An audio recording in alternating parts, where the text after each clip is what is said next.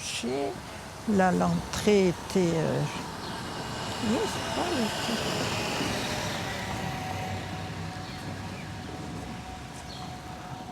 L'entrée était là. Hein, et puis, chez Denis, c'était marqué comme ça. Ouais, c'était comme ça. Ouais, mais... Alors, le bar était là, de ce côté, là, comme ça, là, tout là. Et puis, il y avait une banquette au fond, vous savez, hein, là. Ah, exactement. C'est vrai, ça a tout changé, hein, c'est tout... Oh là là. Et je vous dis, bah oui, le bar était là, alors la terrasse était à peu près... Ouais.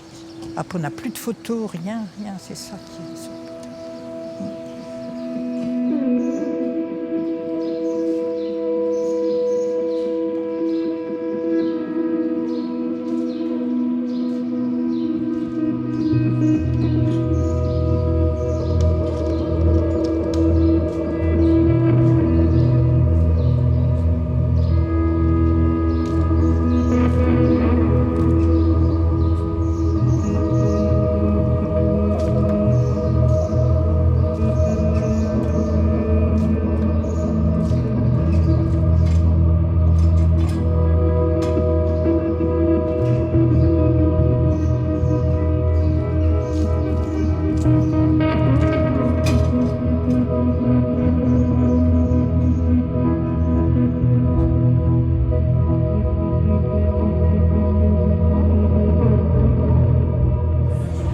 C'était une ville quand même, je dirais,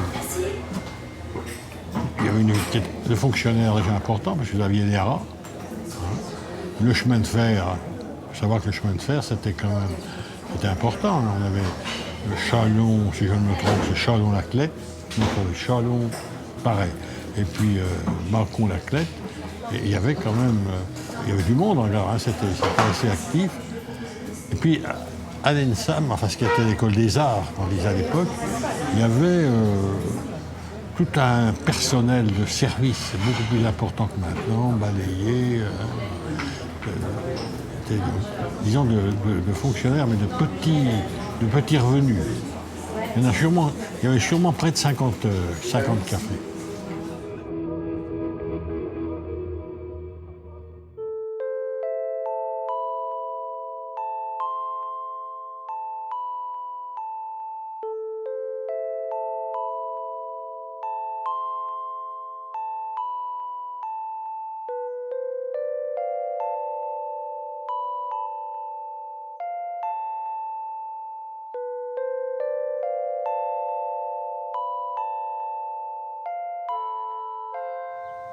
Avant, la femme tenait le café, le mari travaillait à l'extérieur, et c'était ou un café ou une épicerie. Il y avait, je ne sais plus, une centaine d'épiceries, je crois. Ah oui. Mais il me vendait, ça faisait un petit salaire et puis ça maintenait la femme sur place, elle faisait son travail en même temps, puisqu'il n'y avait pas de machine à laver, il n'y avait pas de tout le confort moderne.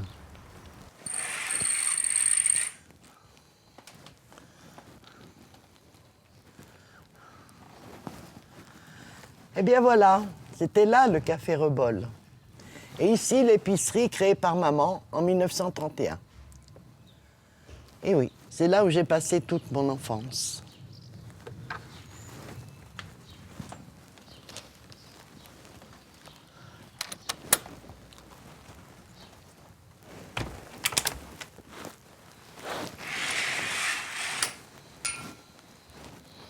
Et il y avait une vie par quartier. Il y avait énormément de bistrots à Cluny et vous pouvez en parler à n'importe qui. Vous verrez que chaque quartier avait sa vie liée au bistrot, à l'épicerie. L'épicerie, il y avait une épicerie ici, il y en avait une plus bas. Nous, les gens de l'ACRA venaient se servir chez maman. Ces petits travaux qui obligeaient les gens de venir là. Bon, je disais le maréchal Ferrand, mais les bourliers, il y en avait un bourlier. les états-majors, hein, les serruriers, il y en a toujours, mais c'était le petit artisanat qu'on trouvait dans la ville-centre, quoi, c'était ça. Donc ces gens-là, bon, on allait boire un coup, quoi.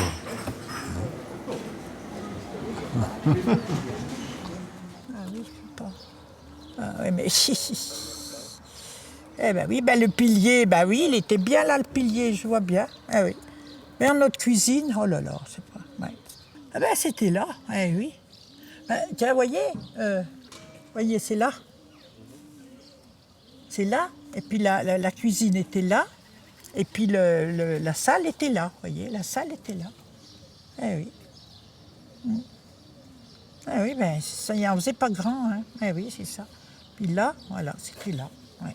J'avais des ouvriers tous les jours, tous les jours, tous les jours. Oui, oui, oui, oui. Vraiment, j'ai beaucoup de gens que je connais qui mangeaient tous les jours, là. Oui, oui. Ben j'avais les gens du haras, tous les employés des haras qui venaient manger, enfin c'était après leur boulot, leur travail, eh bien ils venaient boire leur petit, je peux le dire, le petit pot de rouge, voilà. À l'époque, c'était surtout des hommes qui sortaient, les femmes restaient à la maison. Il n'y avait pas du tout de clientèle féminine dans tous ces cafés. La plupart étaient tenus par des femmes, mais ils recevaient surtout des hommes. Ah oui, il y avait un peu le rire parce que bon, je connaissais bien les messieurs, puis les dames disent ah bah oui, vous connaissez bien. C'est vrai, les dames, des fois, je les connaissais pas, moi, bien souvent, hein, des fois. On connaît à la fin quand même. Mais jour de marché, alors là, c'était vraiment, hein, ça y est. Hein. Je me rappelle, c'est peut-être pas de dire de ça, mais je me rappelle, on avait un marchand de légumes, et puis, tu sais, le goût de céleri. Peu des détails, j'étais à la cuisine et quand il rentrait, j'ai dit je sais que c'est le tel marchand de légumes parce qu'il a le goût de céleri. Je devrais pas y dire. Si, il fallait.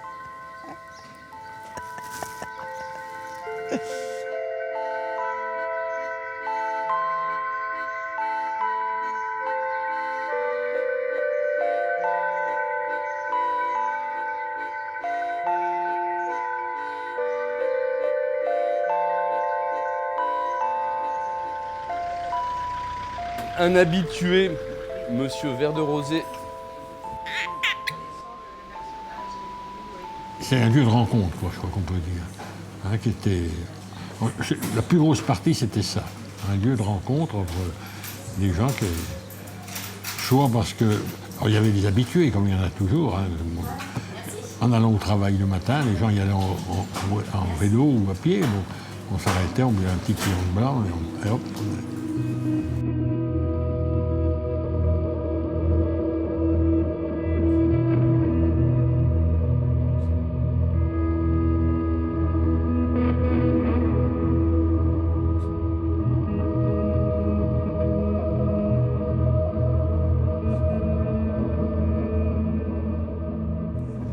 Alors la terrasse était là, comme ça.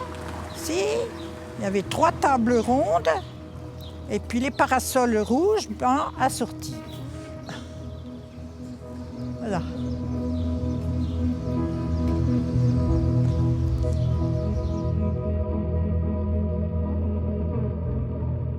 Le Café Robol, c'était le rendez-vous tous les dimanches après-midi des messieurs qui jouaient au tarot ou à la belote. Mon père jouait au tarot avec d'autres copains. Et les femmes étaient exclues. On n'avait pas le droit d'aller au bistrot. Les femmes promenaient les enfants et les messieurs tapaient la carte. Voilà, tapaient le carton. Pour ces femmes qui étaient occupées dans leur activité de bistrotière, il y avait certainement beaucoup de difficultés, d'autant que les hommes buvaient souvent un peu plus que de raison. À l'époque, on disait que les hommes arrivaient à boire 6 ou 7 litres de vin par jour. Et le soir, ils n'étaient pas dans un très joli état.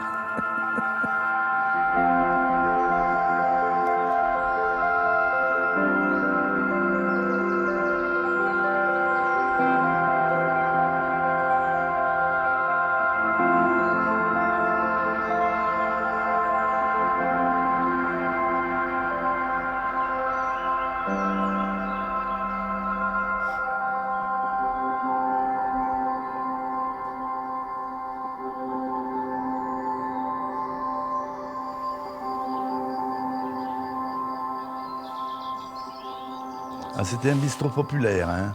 C'était le bistrot d'ouvriers. On était sur le passage, pour ainsi dire, des ouvriers entre l'usine et la ville où habitaient les gens. Alors, quand ils sortaient du boulot à pied ou en vélo, ils prenaient le temps de boire un canon chez la Mémène. Mémène, c'était le surnom de ma mère. C'était la Mémène. À Cluny, tout le monde connaissait la Mémène. Quand est arrivée l'heure que les gens passaient, généralement pour aller manger à midi, elle préparait sur la table, elle préparait ici un quillon de blanc, ici un pot de blanc, ici un quillon de rouge, ici un pot de... Alors le client qui s'amenait disait « Mémène, vite, fais un quillon de blanc !» Mais ça y est, c'est servi. Il était servi, ce qui fait que la fois suivante, il se disait « La Mémène nous a servi, il faut qu'on aille boire un coup chez elle. » Je vous assure que c'est vrai, hein.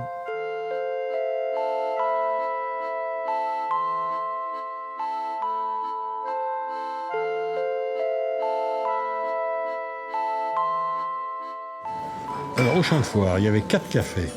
Alors, attendez voir, je dis bien, il y avait 2 cafés et il y en a 2 qui faisaient hôtel. Et moi, l'hôtel, je n'ai plus vu fonctionner, hein, c'est vraiment... et les grands jours, c'était quand même pour les foires, les marchés, et puis, le retour du cimetière. On passe encore bien par là, quoi. C'était où la mère Rebol, et puis... Ah ben, sur le Champ de Foire, il y avait une petite clientèle locale, mais c'était surtout pour les foires et les marchés, quoi. C'est là où se faisait le chiffre d'affaires principal. Hein. Ici, à la poterie, c'était une poterie là, et ils allaient vers 4 heures boire un coup, et ça y restait jusqu'à 7-8 heures. Pour le 11 novembre, je vous dis, on a eu fait 400 couverts, mais un jour par an. Et donc c'était énorme. On a eu passé une pièce de blanc, une pièce de rouge. 216 litres. Oui. Et il fallait quelqu'un qui tirait à boire en permanence, parce que pour écouler 400 et quelques, on ne ferme pas le robinet, quoi.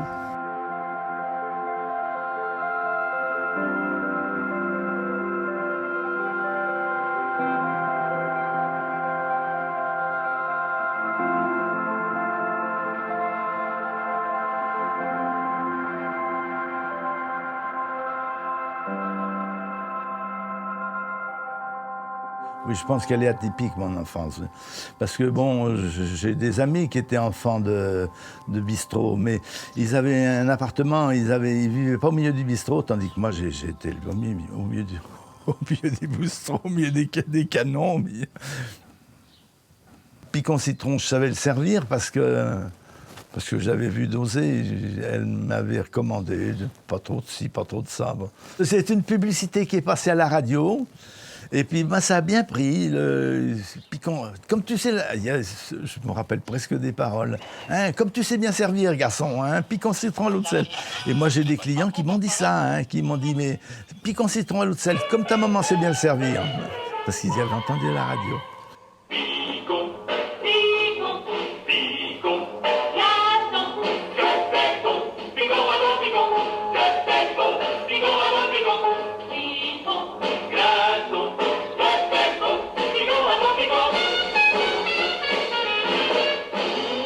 Les habitués, tous les jours, il y avait les habitués qui venaient le matin pour boire leur quillon de blanc.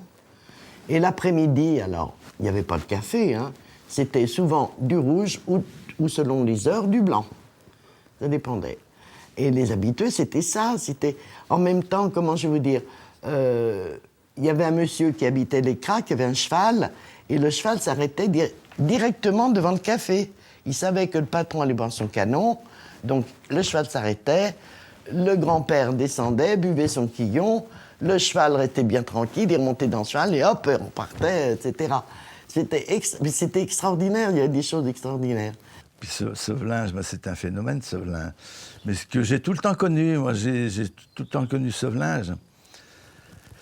Donc, comme il bégayait, je vous l'ai dit, de son enfance, je suppose qu'on l'appelait ce, parce que comment tu t'appelles? Ben, Sevelen, ben, c'était ce.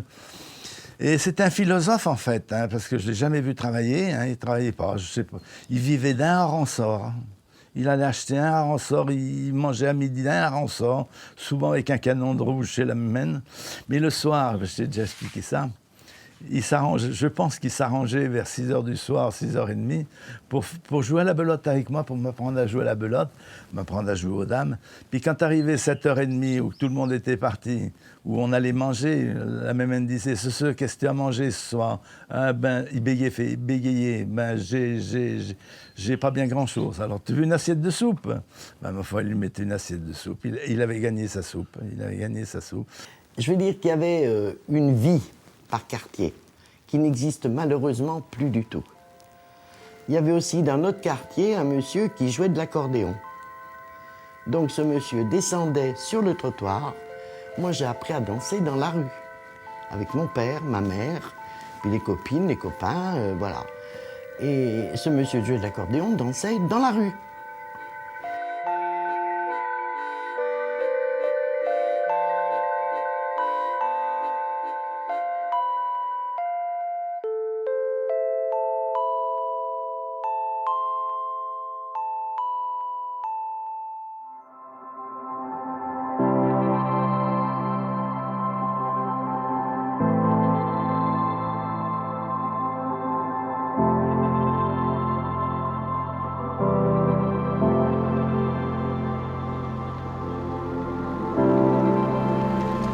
Ça s'est fait. Je suis né dedans. Je sais pas où était le commencement. Hein. J'ai tout le temps vu ma mère servir, tout le temps vu ma mère sourire, un mot pour tout le monde. C'est le secret du bistrot, ça. Hein. Un mot pour tout le monde. Il faut que chacun ait l'impression qu'on l'attend.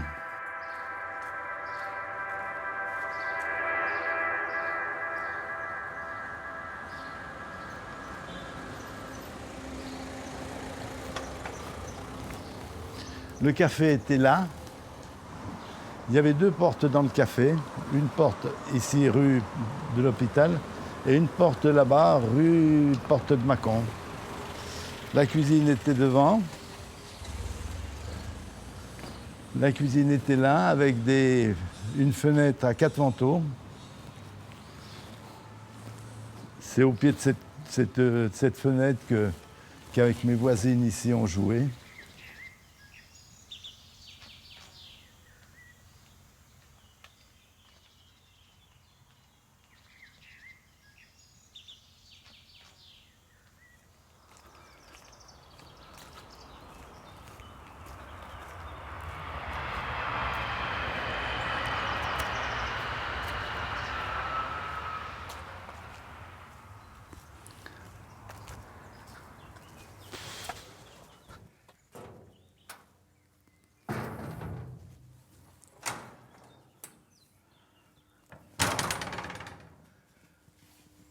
Alors, 51 hectos, 50 hectos 80, ça fait 5000 litres. Alors là, c'est des cuves qu'on avait achetées à Duvernay qui font 150 hectos, c'est-à-dire 15 000 litres, du 5 août 2003. Jean-Michel Combier. À l'époque où on a débuté à Cluny, quand mon père est venu il y a de nombreuses années, il y a plus de 60 ans, il y avait une quarantaine de cafés. On livrait à cette époque-là en feuillettes ou en cartons de 50 litres. Et puis après, on a mis en litres, on livrait en casier, en litres. Et ils se buvaient du vin parce que les gens travaillaient manuellement.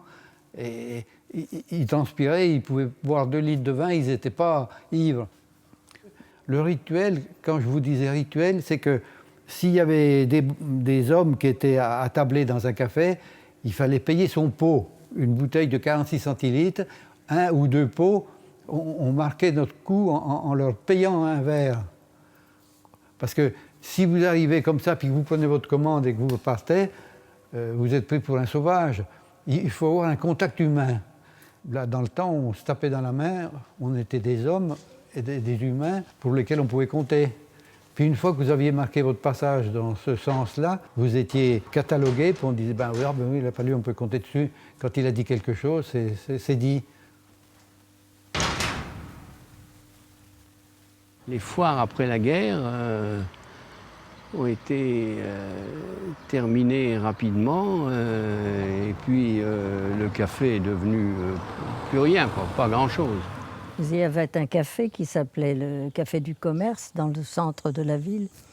Et mon mari participait avec plusieurs personnes chaque année au maintien de la licence. Et il fallait qu'il soit ouvert une journée par an. Alors on venait avec une bouteille de vin et on offrait un verre à l'entour pour essayer de maintenir l'activité du café.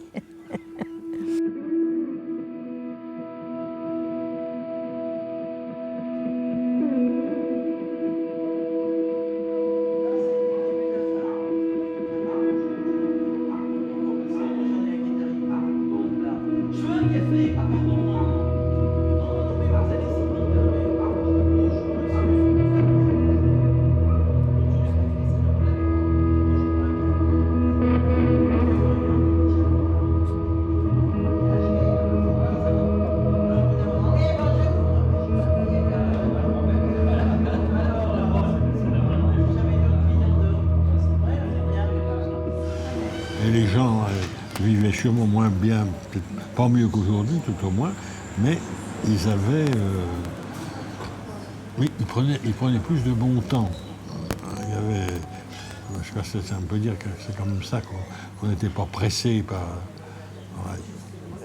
J'aime beaucoup tous ces établissements où on blague, où on passe des bons moments. On passe une heure, c'est une heure de gagner sur l'amorosité, sur la télévision qui nous en chose, etc. Je veux dire, ça fait du bien, on respire, on rigole, on parle de tout puis de rien.